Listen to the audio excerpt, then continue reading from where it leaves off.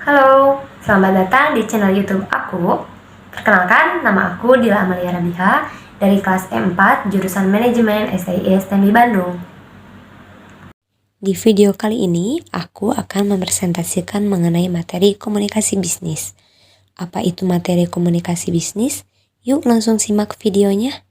Komunikasi bisnis. Komunikasi itu sendiri memiliki definisi saling menukarkan informasi antara sebuah individu atau kelompok melalui sebuah sistem yang lazim, baik dengan sinyal, simbol, ataupun tindakan.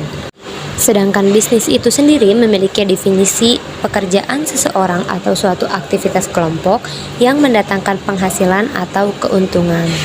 Jadi, komunikasi bisnis adalah komunikasi yang dilakukan dalam dunia bisnis yang mencakup beberapa komunikasi, yaitu komunikasi verbal maupun nonverbal.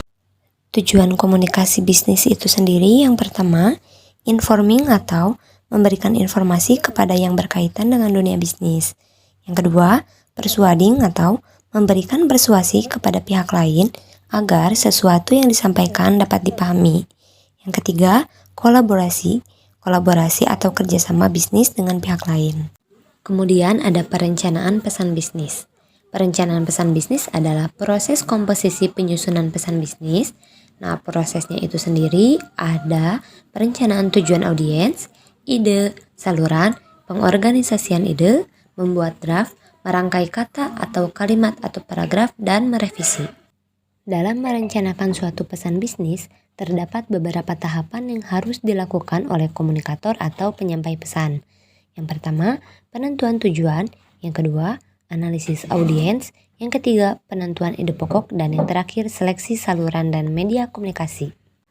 Ada 4 karakteristik dalam media komunikasi. Yang pertama, hubungan komunikasi. Yang kedua, pola komunikasi. Yang ketiga, cara mengelola komunikasi. Yang keempat, meningkatkan keterampilan komunikasi. Ada 2 jenis media komunikasi. Yang pertama, komunikasi lisan. Contohnya, percakapan secara langsung, pidato, atau pertemuan.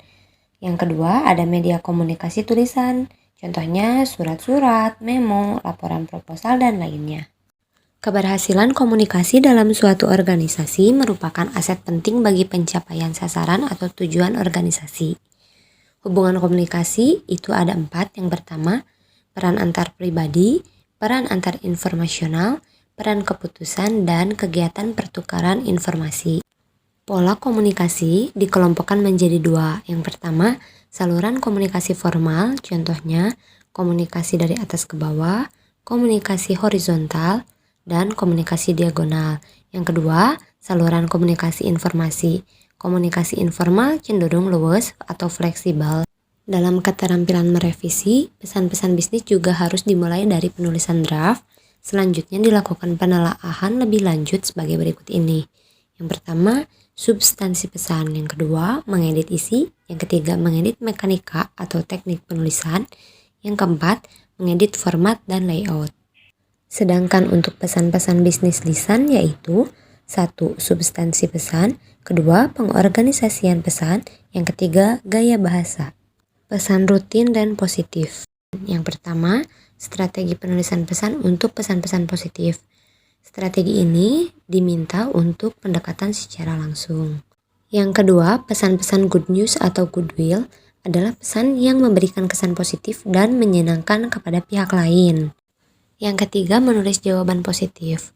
Untuk memberikan jawaban atas berbagai permintaan informasi yang positif, digunakan pendekatan langsung yang dimulai dengan pernyataan yang positif dan menyenangkan. Yang terakhir, menangani permintaan kredit rutin. Dalam pertumbuhan ekonomi yang tidak terlepas dengan masalah kredit, para pelaku bisnis sering membawa dompet berisikan kartu kredit. Melalui kartu kredit inilah, para pelaku bisnis dapat memperoleh kemudahan dalam melakukan pembayaran.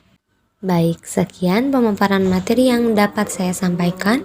Mohon maaf bila banyak kesalahan. Semoga video ini dapat bermanfaat. Wassalamualaikum warahmatullahi wabarakatuh.